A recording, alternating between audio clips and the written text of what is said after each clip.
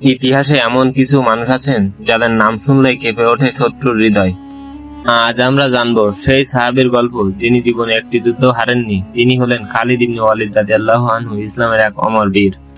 খালিদ রাদিয়াল্লাহু আনহু জন্মেছিলেন কুরাইশ গোত্রের এক সম্ভ্রান্ত পরিবারে। তার পিতা ছিলেন মক্কার নামকরা নেতা।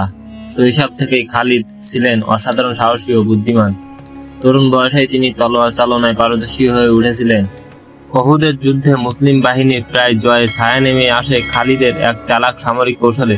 তখনও তিনি মুসলিম ছিলেন না, কিন্তু সময়ের চাকা ঘুরল। একদিন খালিদের অন্তর আলোকিত হয়ে উঠল হেদায়েতের আলোয়। রাসূল সাল্লাল্লাহু আলাইহি সাল্লামের কাছে তিনি ইসলাম গ্রহণ করতে এলে নবীজি সাল্লাল্লাহু আলাইহি সাল্লাম বললেন, তুমি এসেছো, দেরি করে হলেও এসেছো, কিন্তু আল্লাহ তোমার আগের সব ভুল ক্ষমা করে দিয়েছেন। ইসলাম গ্রহণের পর প্রথম যুদ্ধেই তিনি দেখিয়ে দিলেন তিনি সাধারণ কেউ নন। মুতার যুদ্ধ ছিল এমন এক যুদ্ধ যেখানে মুসলমানদের সংখ্যা ছিল মাত্র 3000 আর শত্রুপক্ষ ছিল 2 লাখ। যুদ্ধের এক পর্যায়ে 3 জন সেনাপতি শহীদ হন। তখন খালিদ রাদিয়াল্লাহু আনহু সেনাপতির দায়িত্ব গ্রহণ করেন। শত্রুপক্ষ তাকে ঘিরে ফেলেছিল, কিন্তু তিনি এমন কৌশলে মুসলিম বাহিনীকে নিরাপদে সরিয়ে আনলেন যেন জিতে ফিরে আসছেন।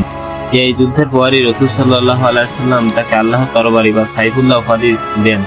তিনি অংশ নিয়েছেন ইয়ামামার যুদ্ধ, ইরাক এবং আরো বহু বড় যুদ্ধে। রোমান ও পারস্য সাম্রাজ্যও তার সামনে কাঁপত।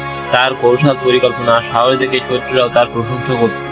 এমন একজন যোদ্ধা যিনি শত শত যুদ্ধ করেছেন, আহত হয়েছেন বহুবার, কিন্তু কখনো শহীদ হন।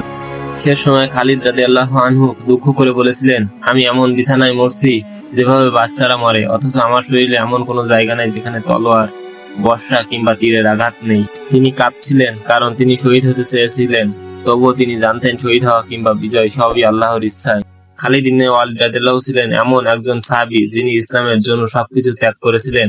তার কাহিনী শুধু বীরত্ব নয়, এটি তওবার, ইখলাসের ও আল্লাহর প্রতি পরিপূর্ণ আস্থার এক মহাকাব্য। আজকের যুবকদের উচিত তার জীবন থেকে অনুপ্রেরণা নেওয়া, সাহস, আত্মত্যাগ ও ইসলামের প্রতি ভালোবাসায়। এই ছিল আল্লাহর তরবারি খালিদ ইবনে ওয়ালিদ রাদিয়াল্লাহু আনহু এর গল্প। যদি ভালো লাগে তাহলে অবশ্যই লাইক, শেয়ার ও সাবস্ক্রাইব করে পাশে থাকুন।